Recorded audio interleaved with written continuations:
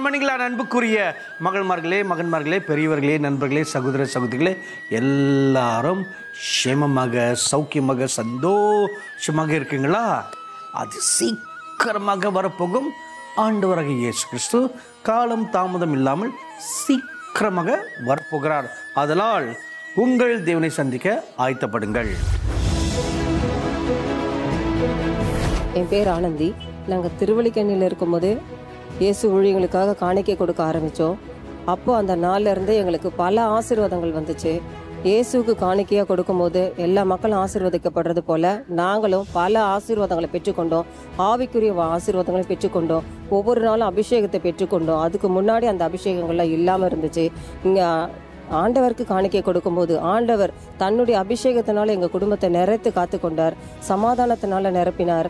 நல்ல வருமானங்களை கொடுத்தார். அது வரைக்கும் எங்களுக்கு சரியான வருமானங்கள் இல்லாமல் இருந்துச்சு. ஆண்டவர் தான் எங்களுக்கு நல்ல வருமானங்களுக்கு ஆசீர்வாதமாக கொடுத்தார்.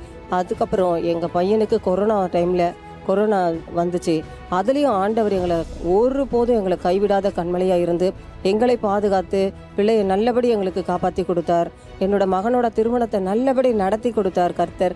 அப்புறம் இப்பவும் வீடு மாற்றணும்னு நினைக்கும் போது எங்கள் ஹவுஸ் ஓனர் எங்களுக்கு பணம் கொடுக்காம எப்படியாவது ஏமாற்றணும்னு நினச்சிட்டு இருந்தபோது கர்த்தரே இதை செய்து எல்லா பணத்தையும் எங்களுக்கு வாங்கி கொடுத்து வேற வீடு மாற்றி வரும்படி கிருபை செய்தார். நாங்கள் இயேசுவின் ஊழியங்களில் விதைத்த இந்த விதை பல அற்புதங்களை நாங்கள் பெற்றுக்கொண்டது போல எல்லா மக்களும் நீங்களும் எல்லாரும் இயேசுவின் ஊழியங்களுக்கு கொடுத்து கர்த்தருடைய அபிஷேகத்தையும் நல்ல ஆசீர்வாதங்களை பெற்றுக்கொள்ளணும்னு சொல்லி மனசார உங்ககிட்ட கேட்டுக்கிறேன்.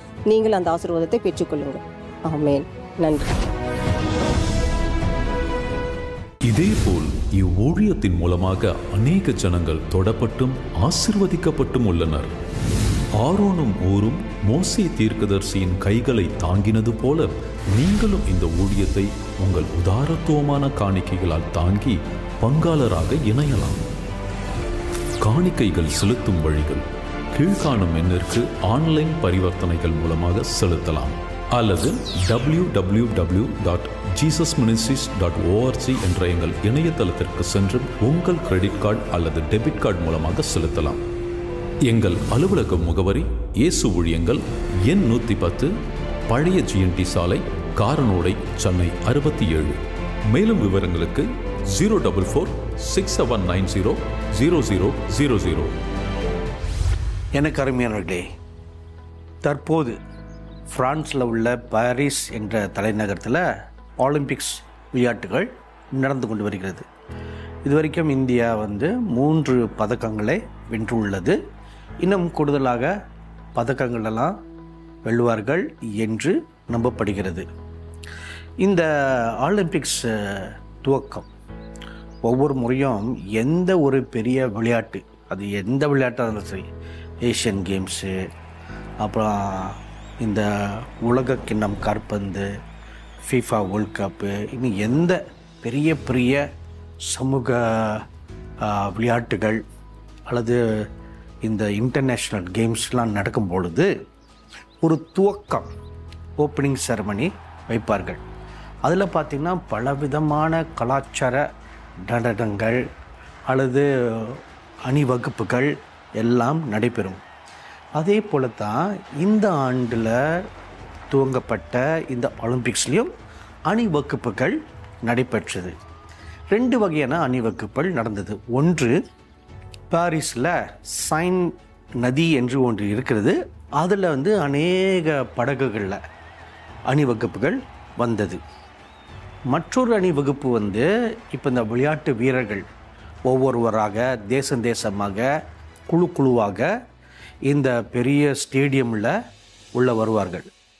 இந்த 2லேயும் 2 விதமான ஆச்சரியமான அதிசயமூட்டும் ஒன்று அருவருக்கத்தக்க காரியம் ஒன்று நடந்தது ஒரு இடத்துல. இன்னொரு இடத்துல ஆச்சரியமூட்டும் ஒரு காரியம் நடந்தது. அது என்ன என்று சொல்வதற்கு முன்பதாக ஒரு முன்குறிப்பு ஒன்று சொல்ல வேண்டியது அவசியமாக இருக்கிறது. என்ன தெரியுமா? ஆண்டவராகிய இயேசு கிறிஸ்து தன் மரிக்கப் போவதை தன்னுடைய சீடர்கள்ட்ட சொல்கிறார். பல முறை சொல்லிக்கொண்டே இருந்தார். உலகம் அழிய போது அதையும் சொல்லிக்கொண்டே இருந்தார். ஒரு நாள் அவருடைய சீடர்கள் அவரை நோக்கி, ஆண்டவரே, உலகம் அழிய போது, நீரும் மறிக்க போறீர், அப்புறம் நீர் மீண்டும் வரப்போகிறீர் என்று சொல்கிறீர். இதெல்லாம் எப்போ சம்பவிக்கும்? என்ன அடையாளங்கள் இருக்கிறது? இந்த அடையாளங்களையும் நாங்கள் பார்க்கும் பொழுது உம்முடைய வருகை அதிக சமீபம் என்று நாங்கள் எப்படி அறிந்து கொள்வது என்று ஒரு கேள்வி கேட்க, அதற்கு பரஞ்சோதி ஆண்டவராகிய இயேசு கிறிஸ்து அங்கே இஸ்ரேலில் ஒலிவு மலை என்ற ஒரு மலை இருக்கிறது. அங்கே அமர்ந்து கொண்டு தம்முடைய சீடர்களை கிட்ட கூட்டி சேர்த்து ஒரு பெரிய பிரசங்கம் செய்தார். அதில் தான் அவருடைய வருகைக்கு முன்பதாக உலகத்தில் என்னென்ன காரியங்கள் சம்பவிக்க போகிறது, இது ஒவ்வொன்றாக சம்பவிக்கும் பொழுது நீங்கள் வாழும் நாட்கள் சமீபம், அதாவது கடைசி காலம் என்று அறிந்து கொள்ளுங்கள். அந்த கலியுக காலம் என்று நம்முடைய தர்ம சாஸ்திரங்கள் சொல்கிறது. ஸோ அநேக அடையாளங்கள் இயேசு சுவாமி சொல்லியிருந்தார். அந்த அடையாளங்கள் எல்லாம் அவர் சுருக்கமாக சொன்னதை விரிவுபடுத்தி இன்னும் விழாவாரியாக வேதாகமத்தில் வெளிப்படுத்தல் என்ற புஸ்தகம் இருக்கிறது. அதில் யோவான் என்ற தம்முடைய பிரியமான சீடனுக்கு அநேக ரகசியங்களை தேவன் வெளிப்படுத்தினார். என்னென்னலாம் சம்பவிக்க போகிறது பாருங்க. இந்த யோவான் சீடர் முதல் நூற்றாண்டில் வாழ்ந்தார். அவருக்கு சுமார் ஒரு வயசு 85 அப்பொழுது இருக்கும் என்று வேத பண்டிதர்கள் கணித்துள்ளார்கள். அந்த 85வது ஆண்டில் பத்மு என்ற தீவில் அவர் தவம் இருந்து கொண்டிருக்கும் பொழுது ஒரு நாள் பரஞ்சோதி அவருக்கு தரிசனமாகி, இனி என்ன சம்பவிக்க போகிறது என்று அந்த நாளிலிருந்து இந்த உலகத்தின் இறுதி வரை, இந்த இறுதிக்கும் அப்பால இன்னும் என்னென்னலாம் சம்பவிக்க போகிறது, மோட்சம் எப்படி இருக்க போகிறது, மோட்சத்தில் யாரெல்லாம் வாழ முடியும், யாருக்கு தகுதி உண்டு தகுதி இல்லை, இறுதியில் அக்கிரம செயல்காரன் இந்த சாத்தான் அவனும் எப்படி அழிக்கப்படுவான், உலகத்தை கர்த்தர் எப்படி நியாயம் தீர்ப்பார், மனு மக்களையும் எப்படி நியாயம் தீர்ப்பார், எல்லாம் முடிந்த பிறகு ஒரு புதிய வானம் புதிய பூமி அவர் மீண்டும் உண்டாக்கி எல்லாம் சந்தோஷமாக மன மகிழ்ச்சியோட பாவம் இல்லாத ஒரு வாழ்க்கை, சாத்தான் அக்கிரமம் இல்லாத ஒரு வாழ்க்கை வாழ்வார்கள் என்று மிக தெளிவாக அழகாக விரிவாக எடுத்து உரைத்தார். இது அங்கே இருக்குது. ஏன்னா இப்போ இதெல்லாம் மனதில் வைத்துக்கொண்டு இப்போ அடுத்து நான் சொல்ல போவதை நம்ம கவனமாக கேட்கணும். அடையாளங்கள்னு சொன்ன இல்லையா? ஸோ இந்த அணிவகுப்புகள் அந்த சைன் நதியில் ஒவ்வொரு படகுலையும் வந்து கொண்டிருக்கும் பொழுது அருவருப்பு தக்க ஆபாசமான அறக்குறையான ஆடைகளை அணிந்து கொண்டு பெண்கள் ஆண்கள் அப்புறம் இந்த ஓரினை சேர்க்கை பாவத்தில் ஈடுபடுகிறவர்கள் இப்படி அவங்களுடைய வித்தியாசமான வாழ்க்கை முறையை, அது சரிதான், இதெல்லாம் ஒரு பெரிய மேட்டரா, இப்படியும் ஒரு வாழ முடியும் என்று சொல்லும் வண்ணமாக அவங்க அணிவகுப்புகள் ஒவ்வொன்றாக படகுல வந்து கொண்டே இருந்தது. இதெல்லாம் முடிந்த பிறகு அடுத்த பார்த்தீங்கன்னா இந்த ஸ்டேடியம்குள்ள நடக்கும் அணிவகுப்பு தான் பிரத்யேகமாக நான் உங்களுக்கு சொல்ல போகும் காரியமாக இருக்கிறது. பெரிய கூட்டம் இப்பொழுது வருகிறது. அந்த கூட்டத்துக்கு முன்பதாக ஒரு ஆச்சரியமான சம்பவம், உலகத்தை திடுக்க வைத்த ஒரு சம்பவம். அது என்ன தெரியுமா? ஒரு பெண்மணி ஒரு ஆடையெல்லாம் வித்தியாசமாக அணிந்து கொண்டு இந்த ஒலிம்பிக்ஸோடைய சின்னத்தை சுமந்த ஒரு ஆடையை தோளில் அணிந்து கொண்டு ஒரு வெள்ளை குதிரை மேலே அமர்ந்து கொண்டு அதில் நகர்ந்து வந்து கொண்டிருக்கிறாள். அவளுக்கு பின்பதாக அந்த ஒலிம்பிக்ஸில் பங்கு கொள்ளும் தேசங்களுடைய பிரதிநிதிகள் ஒவ்வொரு தேசங்களுடைய கொடிகளெல்லாம் பிடித்து கொண்டு அவங்க பின்னாடியே வந்து கொண்டிருக்கிறாங்க. இதை நான் பார்த்த உடனே அதிர்ச்சியும் திடுக்குதலும் எனக்கு உண்டானது. ஏன் தெரியுமா? பரிசுத்த வேதாகமத்தில் இந்த கடைசி காலங்களில் என்னென்னலாம் சம்பவிக்க போகிறது என்று இயேசு சுவாமி சொல்லும் பொழுது ஒரு காரியம் சொன்னாப்புல, ஒரு பயங்கரமான மோசமான சர்வாதிகாரி கடைசி நாட்களில் வருவான். அவன் உலகத்தை, முழு உலகத்தையும் ஆளுகை செய்வான். பாருங்க, சரித்திரத்தில் நெப்போலியன் போனபார்ட் எழுப்பினார்.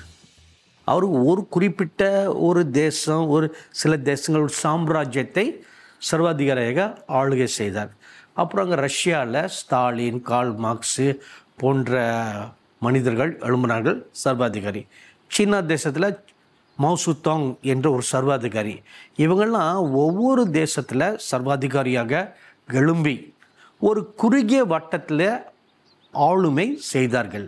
ஆனால் இந்த கடைசி காலத்தில் வரப்போகின்ற இந்த சர்வாதிகாரி அகில உலகத்தையும் தன்னுடைய ஆளுமைக்குள்ளே கொண்டு வந்து ஆளுகை செய்வான் என்று இயேசு சுவாமி அங்கே திருவள்ளுவம் பற்றி உள்ளார்.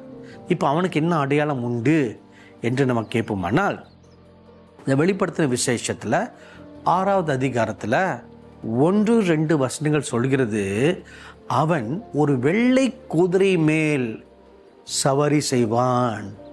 இதுதான் வெள்ளை குதிரை. அவன் கையில் ஒரு வில் இருக்குது. அந்த வில்லை கொண்டு என்ன செய்வானா?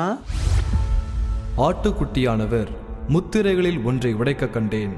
அப்பொழுது 4 ஜீவன்களில் ஒன்று என்னை நோக்கி, நீ வந்து பார் என்று இடிமுழக்கம் போன்ற சத்தமாய் சொல்ல கேட்டேன். நான் பார்த்தபோது இதோ ஒரு வெள்ளை குதிரையை கண்டேன். அதன் மேல் ஏறி இருந்தவன் வில்லை பிடித்திருந்தான். அவனுக்கு ஒரு கிரீடம் கொடுக்கப்பட்டது. அவன் ஜெயிக்கிறவனாகவும் ஜெயிப்பவனாகவும் புறப்பட்டான். பாருங்க, ஜெயிக்கிறவன், ஜெயிப்பவன். அப்படின்னா எதிர்காலத்திலும் ஜெயிப்பானா, இப்பொழுது தற்காலத்திலும் ஜெயித்து கொண்டே இருப்பான். கிரீடம் என்பது ஒரு ஆளுமை செய்யும் ஒரு அதிகாரம். ராஜா அவங்களுக்கு கிரீடம் கொடுக்கப்படுகின்றது. இந்த வில்லு அதிகாரம், ஒரு ஆயுதம் தானே. அப்போ ஆனால் அம்பு இல்லை பாருங்க. இதுதான் முக்கியமாக கவனிக்க வேண்டிய ஒரு காரியம். அப்போ அம்பு இல்லாத ஒரு ஆயுதம். அப்போனா ரத்தம் சிந்துதல் இல்லாமல் ஒரு வன்முறை, ஒரு ஆளுமை அங்கே நடைபெறும். அதை ஜெயம் கொள்வது இது நடைபெறும். வெள்ளை குதிரை மேலே சவாரி செய்கிறவன். இதை பார்த்தா அங்கே ஒலிம்பிக்ஸ்லேயும் அதே போன்ற ஒரு காட்சி. வெள்ளை குதிரை ஒன்று வருகிறது. அதுக்கு பின்னாடி உலகத்தின் பல தேசங்கள் பின்னாடி அவரை பின்பற்றி வருகிறது. இதை பார்த்த மாத்திரத்தில் எனக்கு இந்த இயேசுவாமி சொன்ன வார்த்தைகள் நினைவுக்கு வந்து ஒரு அதிர்ச்சி, ஆச்சரியம் உண்டாச்சு. ஐயோ, அதான் இதுவோ? அப்போ அதான் இதுனா அப்போ இது எதை காட்டுது? அடுத்து இந்த உலக மகா சர்வாதிகாரி வரப்போறான் என்று சொல்லாமல் சொல்லும் ஒரு காட்சியாகத்தானே இது இருக்கிறது. எனக்கு அருமையானவர்களே, இதை நாம் அசால்ட்டாக ஒரு சாதாரண ஒரு அணிவகுப்பு தானே என்று எண்ணக்கூடாது. இப்போ இயற்கை சீற்றங்களை கொண்டு தேவன் எப்படி நமக்கு ஒரு எச்சரிப்பு கொடுக்கிறாரோ அதே போலத்தான் இந்த சாதாரணமாக தெரியும் ஒரு அணிவகுப்போ, ஒரு கலாச்சார நடனமோ, அல்லது ஒரு தேசத்தில் நடக்கும் கலவரங்கள், அவைகளெல்லாம் சும்மா எதுவும் நடக்கலை. அவைகள் ஒரு எச்சரிப்பு. அப்போ இது சம்பவிக்க போகிறது. பாருங்க, பரிசுத்த வேதாகம் சொல்கிறது. அங்கே 2 தெசலோனிக்கேயர் என்ற ஒரு புஸ்தகம் இருக்கிறது. அதில் 2வது அதிகாரத்தில் இந்த சர்வாதிகாரி பயங்கர மண்டக்கணம் பிடித்தவன், மேட்டுமை, அகங்காரம் பிடித்தவன். யாரையும் மதிக்க மாட்டான். எல்லா தேவர்களிலும் நான் தான் சிறந்த தேவன் என்று அவன் சொல்லுவான்.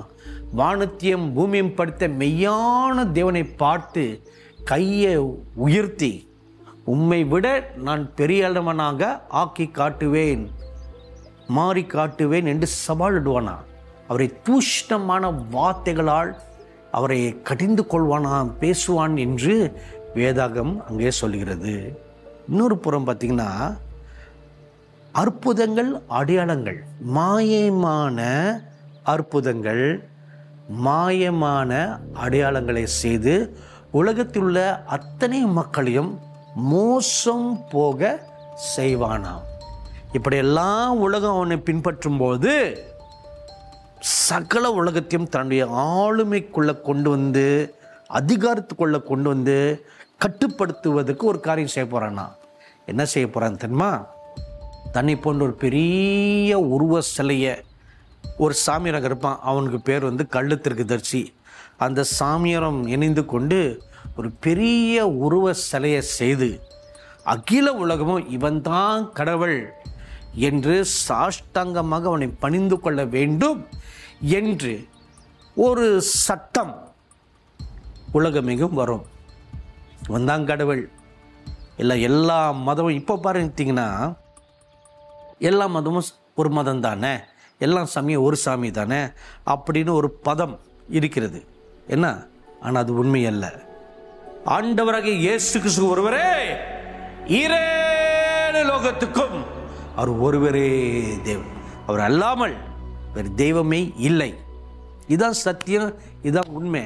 ஆனால் வரப்போகின்ற இந்த சர்வாதிகாரியோ எல்லாருடைய மனதில் இருக்கிற இந்த ஒரு சமத்துவ எண்ணம், என் மதமும் சம்மந்தம் தானே, எல்லா சாமியும் ஒரு சாமி தானே, அந்த எண்ணத்தை தனக்கு சாதகமாக உபயோகித்து அந்த எல்லா சாமிகளும் ஒரே சாமியாக நான் தான் வந்துள்ளேன், அதனால் என்னை தான் வணங்கணும் என்று ஒரு மதத்தை கொண்டு வருவாப்பில்.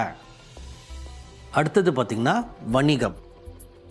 உலகத்தில் இருக்கிற பல வகையான பேங்கிங் சிஸ்டம், ட்ரேடிங் சிஸ்டம், இவைகள் எல்லாவற்றையும் எளிமையாக வர்த்தகம் செய்வதற்கு ஒரு புதிய சிஸ்டம். ஒரே நாணயம், ஒரே சர்வாதிகாரி, ஒரே ராஜ்யம், ஒரே மதம், ஒரே சட்டம். அப்போ அந்த உலகத்துக்கு ஒரு சின்னம் வேணும் இல்லையா? ஒரு கொடி, ஒரு சின்னம்.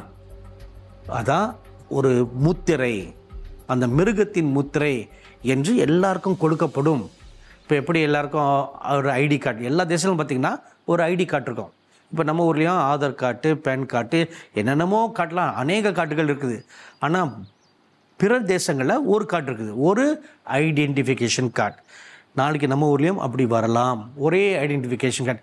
எதுக்கு இப்படி 10 கார்டை வச்சுக்கிட்டு இங்கே போனால் அது கேட்குறாங்க, ரேஷன் கார்டை கொடு, பிசி சர்டிஃபிகேட் கொடு, கம்யூனிட்டி சர்டிஃபிகேட் கொடு, இனி எல்லாம் போய் இனி ஒரே ஒரு ஐடென்டி கார்டு. அந்த ஒரே ஐடென்டி கார்ட்லேயே முழு பேர், எங்கே பிறந்தோம், என்ன கம்யூனிட்டி, எல்லா விவரங்களும், எந்த மதத்தை சேர்ந்தவர்கள், அதுவும் அதில் இருக்கும். பிரச்சனை ஊஞ்சிச்சு. இந்த மாதிரி ஒன்று வரப்போதா? அதே போல் அவனும் ஒரு ஐடென்டி கார்டு எல்லாருக்கும் கொடுக்கப்படுவான். அது டிஜிட்டல் ஐடென்டி கார்டு. இப்போ பார்த்திங்கன்னா டிஜிட்டல் முறை எல்லா தேசங்கள்லையும் இப்போ வந்துருச்சு. இப்போ சமீபத்தில் செய்தித்தாளில் வாசித்தேன், சிங்கப்பூர் என்ற தேசத்தில் இனி பாஸ்போர்ட்டே இல்லாமல் பயணம் செல்லக்கூடிய ஒரு புதிய வழி இப்பொழுது சோதிக்கப்பட்டு கொண்டு வருகிறதாம். அது எப்படி தெரியுமா? பாஸ்போர்ட் இல்லாமல் எப்படி பயணம் பண்ணுவது என்று நீங்கள் கேட்கலாம். Very simple. பாஸ்போர்ட் அப்ளிகேஷன் நம்ம கொடுக்கும் பொழுது, பாஸ்போர்ட்டை விடுங்க, எந்த தேசத்துக்கு போகிறதா இருந்தாலும் விசா அப்ளிகேஷன் கொடுக்கும் பொழுது பயோமெட்ரிக் ஸ்கேனிங் பண்ணுவார்கள். நம்முடைய 10 விரல்கள், அப்புறம் ஐரிஸ் ஸ்கேன், கண்ணு, இதெல்லாம் வச்சு ஸ்கேனிங், அப்புறம் ஃபேஷியல் ஸ்கேன், இதெல்லாத்தையும் எடுத்துக்கொண்டு பதிவு பண்ணி வச்சுருவார்கள். இது எல்லாமே அவங்களுடைய பெரிய டேட்டா பேஸ் சிஸ்டமில் இருக்கும். அதே மாதிரி தான் இப்போ இந்த சிங்கப்பூர் தேசம் சொன்னாலே பாஸ்போர்ட் இல்லாத பயணம். ஸோ ஒவ்வொரு இமிக்ரேஷன் கவுண்டர்லேயும் ஒரு பெரிய ஸ்கேனர் இருக்கும். அங்கே போய் நம்ம நின்றுக்கிறோம். ஃபஸ்ட்டு அங்கே போய் நின்னோடனே கட்டை விரல் வைக்கணும், தம்பிரின், அது ஸ்கேன் பண்ணோம். அது முடிச்சோடனே இன்னொரு பெரிய கேமரா இருக்கும், அதுக்கிட்ட போய் மூஞ்ச பிடி வைக்கணும். என்ன அது என்ன பார்த்தீங்கன்னா அப்படியே ஸ்கேன் பண்ணோம், ஃபேஷியல் ஸ்கேன். எல்லாம் முடிஞ்சுன்னா பாஸ்போர்ட்டில் இருக்கிற மாதிரி அவங்களுடைய ஏற்கனவே டேட்டா பேஸில் இருக்கும் இல்லையா, அந்த ரெக்கார்ட் படி இன்னார் தான். அந்த சிஸ்டம் எல்லாம் பார்த்திங்கன்னா 2 வினாடி 5 வினாடிக்குள் முடிஞ்சிடும். அப்புறம் இந்த கேட்டு திறக்கும். ஓகே, வெளியே போங்க. துபாய் ஏர்போர்ட்லேயும் இதே மாதிரி இப்பொழுது வந்தாச்சு. இப்போ படிப்படியாக எல்லா தேசங்களிலும் இந்த மாதிரி டிஜிட்டல் பாஸ்போர்ட், அடுத்ததுன்னா digital travel, so digital identity. இது தான் அந்த வெள்ளை குதிரை மேலே சவாரி செய்வான்ல அந்த சர்வாதிகாரி, அவன் அறிமுக செய்ய போகிறான் டிஜிட்டல் ஐடென்டிட்டி. இதை குறித்து பரிசுத்த வேதாகமத்தில் வெளிப்படுத்தல் இந்த புஸ்தகம் 13வது அதிகாரத்தில் 15வது வசனத்திலிருந்து 18வது வசனம் வரை மிக தெளிவாக எழுதியுள்ளது. எனக்கு அருமையானவர்களே, இன்னைக்கு காலம் செல்லாது.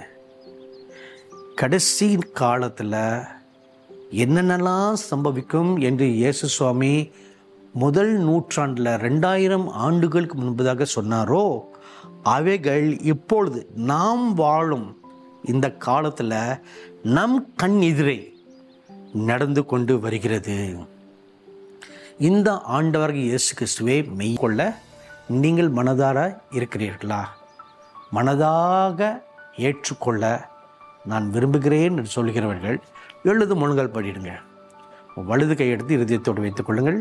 நான் உங்களுக்காக ஏறெடுக்கும் இந்த பிரார்த்தனையை என்னுடன் சேர்ந்து பிரார்த்தனை செய்யுங்க. பிரார்த்தனை செய்யலாமா? மகா பரிசுத்தமுள்ள எங்கள் நல்ல பிதாவே, உம்முடைய வார்த்தையை குறித்து உமது அன்பு பிள்ளைகள் ஒவ்வொருவருக்கும் நான் அறிவித்துள்ளேன் சுவாமி.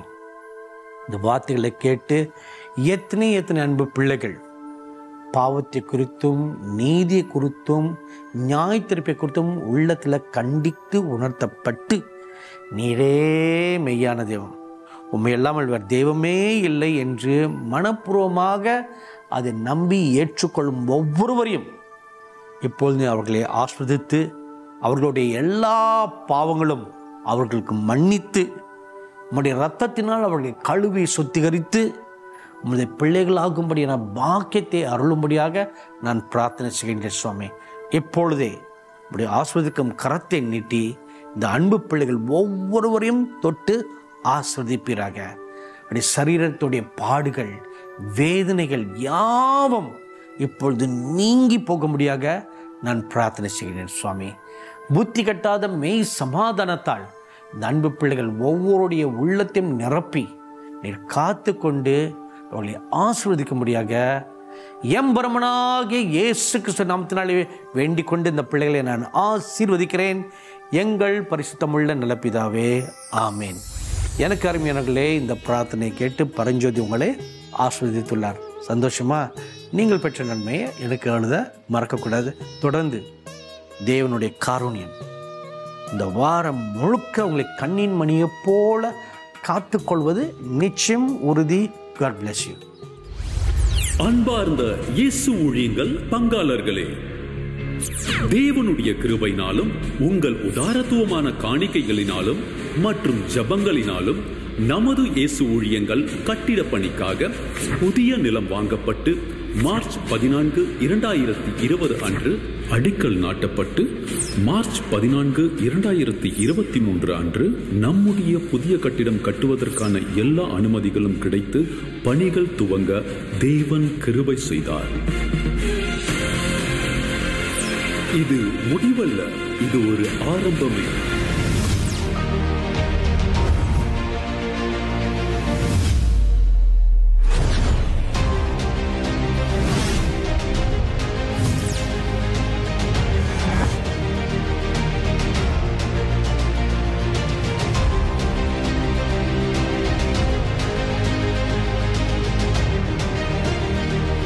தேவன் கொடுத்த இந்த கடைசி கால திட்டத்தை நிறைவேற்ற நீங்களும் உங்கள் உதாரத்துவமான காணிக்கைகளை தொடர்ந்து இயேசு ஊழியங்களின் கட்டிட பணிக்காக செலுத்தி ஆசீர்வாதத்தை பெற்றுக் கொள்ளுங்கள்.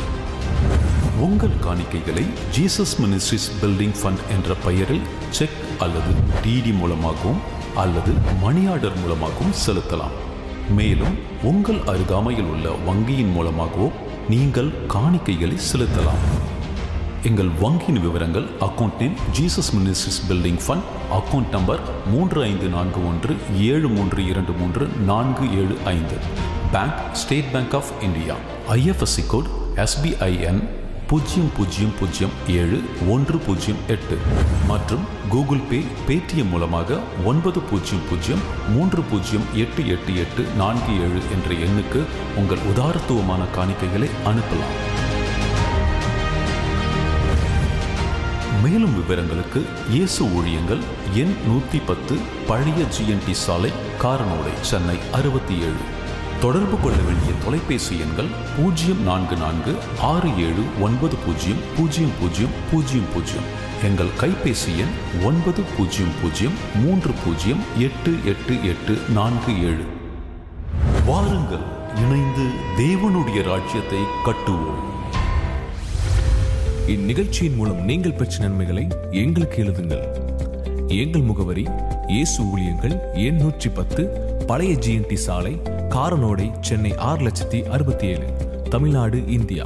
தொலைபேசி எண் 044679000000. எங்கள் மின்னஞ்சல் முகவரி info@jesusministries.org. மெய்யாகவே நான் சீக்கிரமாய் வருகிறேன். ஆமென்.